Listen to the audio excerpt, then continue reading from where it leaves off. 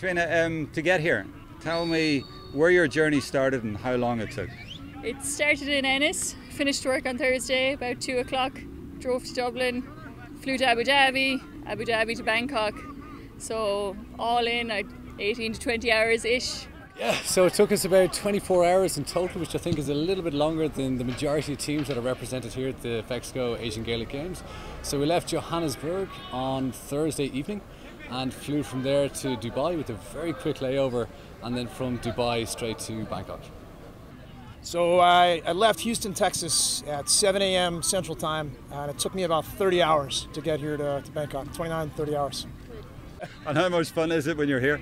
Oh, jeez, drum. It's like the greatest experience of your life. You know, it's like I'm 42. I might as well be 22 again. You know, it's about as good as it gets.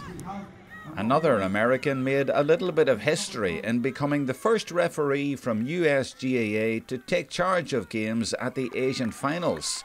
Tracy from Southern California was also there to promote the West Coast Sevens in San Diego. The GAA world is getting smaller every day. It absolutely is a smaller place, and the community, with the GAA community, you've got friends everywhere in the world. It's fantastic. It's great to be here and to see all the communities and all the nationalities play together. It's really a fantastic thing, and the Asian County Board do a fantastic job with their tournament. The organization that goes into it, all the moving parts, the different locations, the events even off the field were fantastic. It's been an honor to be here and be a part of it, and even get a chance to referee. So it's been great. Did you hear the one about the Kerry man who married an American girl who started playing Gaelic football in the Middle East? Here's a story of true global GAA romance. Do you want to start? You tell the story well. So I moved to Kuwait in 2012. Neil had been there for a year, and I was recruited to play this new sport that I'd never heard a thing about. So we turned up to training for the first day, and we have this lovely coach here. So that's where it began. That's where it began, yeah. First tournament, we met up, and yeah, we've been together ever since. The rest is history. So the GAA certainly brought you together, and then did you both develop along with your love for Gaelic games?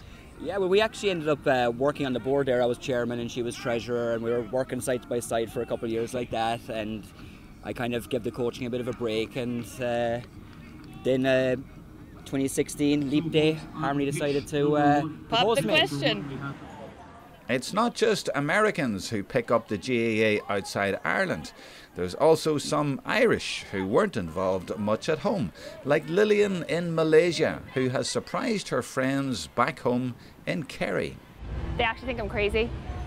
Being the girl that only ever competed in an egg and spoon race, playing Gaelic football in Asia is I think just they didn't even think it would ever happen to me. It's just more they love the fact that we've integrated into the community, making new friends outside of people from work. They just think I'm mad. I just checked with the girls actually before I came across, and we have 6 different nationalities playing in our team. We only have 4 Irish girls. We have a Ugandan girl, we have 2 girls from America, we have 2 Malay Indian girls, we have a Chinese girl, and we have a Malay girl as well, who have actually come to Bangkok with us today. We also have a Filipino girl as well, based, who just couldn't make it.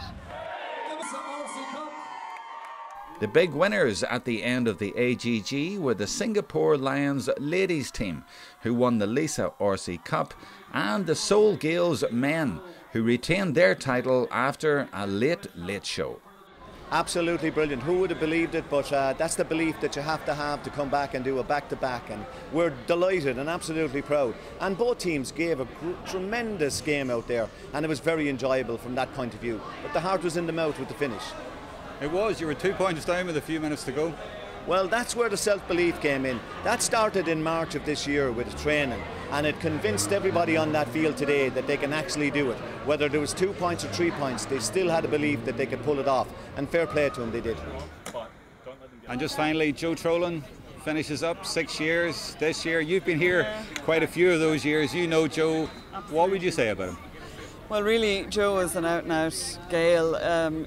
He gives so much of his time to organising this competition and running the whole Asian board, and you know, during his time they've brought in youth competition, which started last year, and You know, he constantly is promoting it and ensuring that the teams are coming and providing support.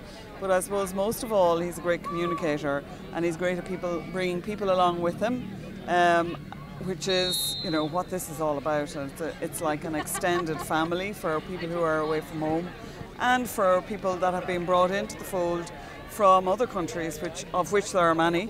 So it's not all Irish people participating. And certainly he has led that with his leadership style. He's been a wonderful chairperson. As they say in my part of the world, like the way he described Joe Trolan is a dead sound book. I mean, he goes above and beyond the call of duty. I've known him mainly in the capacity as the Asian County Board and also for the Asian Youth Championship. But every tournament that happens in Asia, he fully supports it. He turns up and is always there, first thing in the morning and of course last thing at night. You know, so he's as we say at home, he's a dead sound book.